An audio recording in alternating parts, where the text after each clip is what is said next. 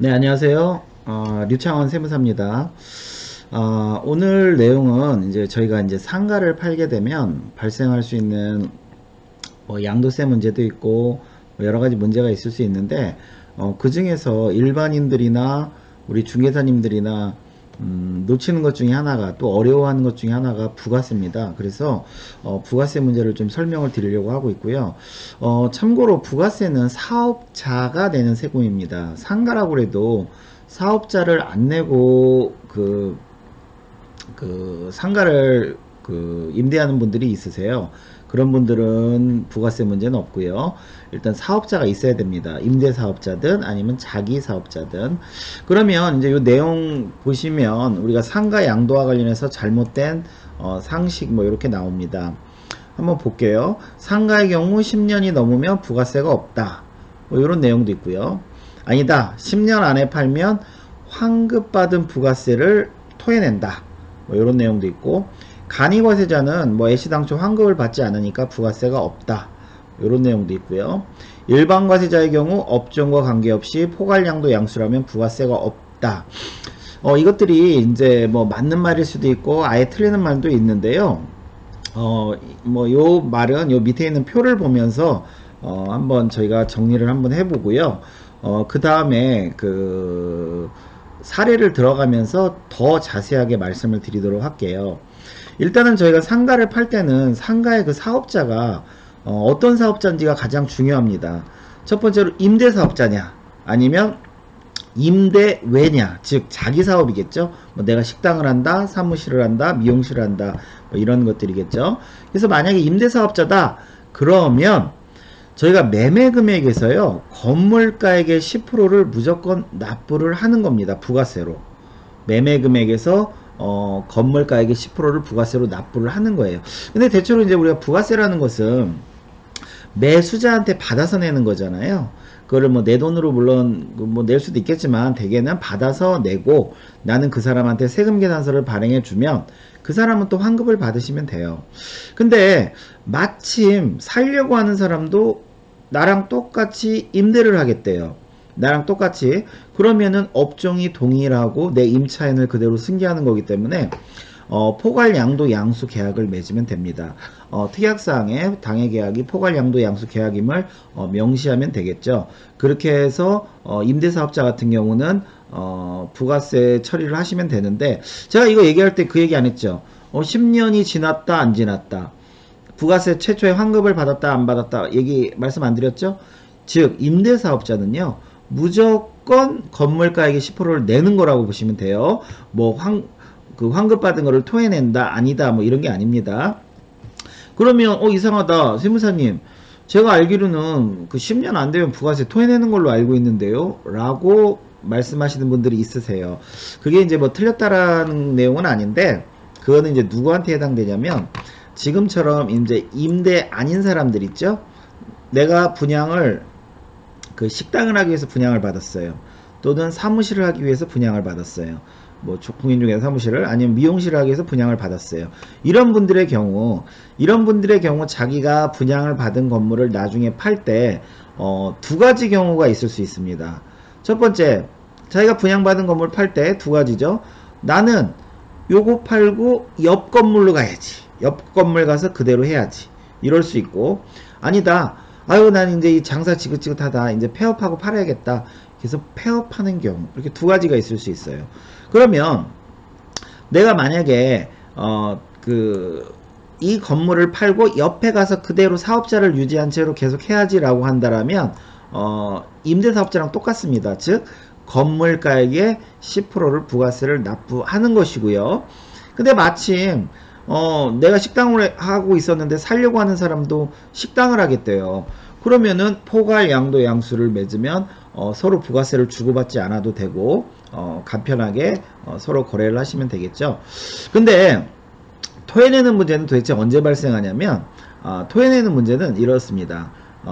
즉 자기 사업을 하고 있었는데, 보통 이제 저희가 환급을 해주는 목적이 10년간은 쓰라고 이제 환급을 해줍니다. 우리가 건물 그 감가상각 연수를 10년으로 보기 때문에, 그래서 10년간은 쓰라고 이렇게 환급을 해주는데, 내가 4년간만 쓰고 예를 들어서 폐업을 했어요.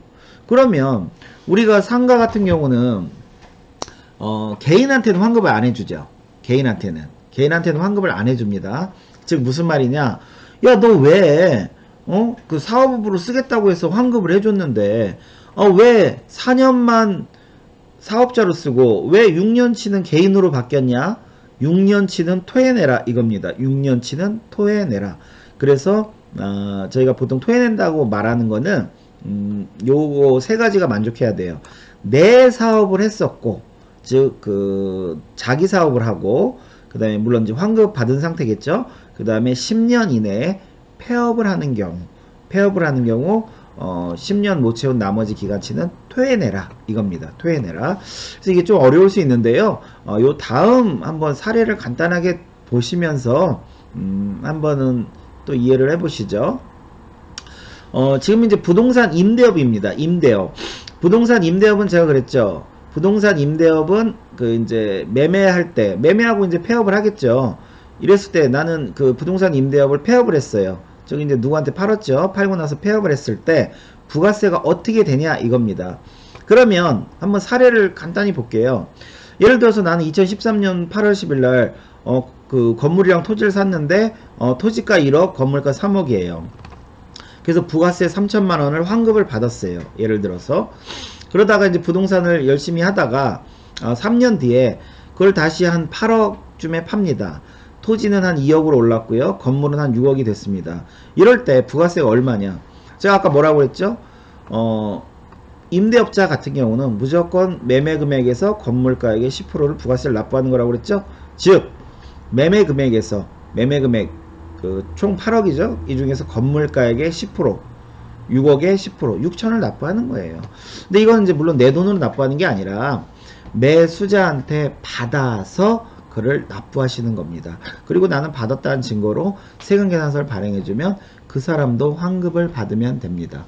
근데 마침 매수하려고 하는 사람이 야 나도 너랑 똑같은 그 임대업을 할 거야. 너 상가 그대로 그 임차인 승계해가지고 나도 똑같이 임대사업 할 거야 라고 한다면, 그렇다라면 그 뭐죠? 그 포괄 양도 양수이기 때문에 부가세가 없게 되겠죠. 그죠? 그래서 부가세가 없는 게 되는 거고요. 이제 그 부동산 임대업 말고 자기 사업, 즉 식당을 했다. 내가 식당용 건물을 이번에 폐업하고 팔려고 그런다. 제가 아까 그 식당 건물 만약에 그 폐업을 하고 팔게 되면 뭐라고 그랬어요? 10년 내에 폐업을 하게 되면 10년을 못 채운 나머지 기간치는 토해낸다라고 했죠. 부가세를. 그래서 이분 같은 경우는 그 13년 8월 10일 날 아까 동일한데 식당을 영위하다가 3년 지나서 이걸 팝니다. 그러면 아까처럼 만약에 임대업 같은 경우는 건물가액의 10%인 6천을 부가세를 납부했지만 지금 같은 경우는 토해낸다고 그랬죠. 환급받은 부가세를. 그래서 결과적으로 그 기존에 환급받은 3천만원 중에서 지금 10년 중에 몇 년치 썼어요? 3년은 쓰고 7년은 안 썼단 말입니다. 그래서 7년 3, 7에 21 한 그 2100만원은 토해내라 이겁니다. 토해내라. 요거는 토해내라. 너 왜 개인으로 바뀌었냐? 그리고 만약에 이거 토해내고 다시 팔 때 부가세가 있을까요? 토해낸 다음에 부가세가 있을까요? 당연히 없겠죠. 왜냐하면 토해냈으니까 이제 개인 신분으로 바뀌었잖아요. 그렇기 때문에 부가세는 없습니다. 그래서 2100만원만 토해내고 개인 신분에서 팔게 되면 부가세는 없다 이거고요. 그 다음에 이제 사업 포괄량수도, 즉 무슨 말이냐면 내가 식당을 팔려고 하는데 마침 매수하는 사람도 내 걸 다 인수인계해서 그대로 식당을 하겠대요. 식당을. 그렇다라면 포괄양도 양수로 매매계약을 맺으면 서로 주고받을 부가세는 없다. 그래서 실무에서는요 뭐 업종이 동일하고 이러면은 포괄 양수도가 간편합니다. 예. 특히 임대업 같은 경우는 주로 임차인을 승계하는 경우가 많아서 현실적으로 포괄 양수도가 대체로 많습니다. 예, 물론 포괄 양수도 관련해서도 말씀드릴 게 많은데 일단은 간략하게 일단 상가와 관련해서 부가세 문제는 이렇다라는 거를 반드시 이해하시고요. 그 다음 이제 제가 다음 강의에서는 구체적인 사례를 들어서 또 한번 설명을 드리도록 하겠습니다. 네, 감사합니다.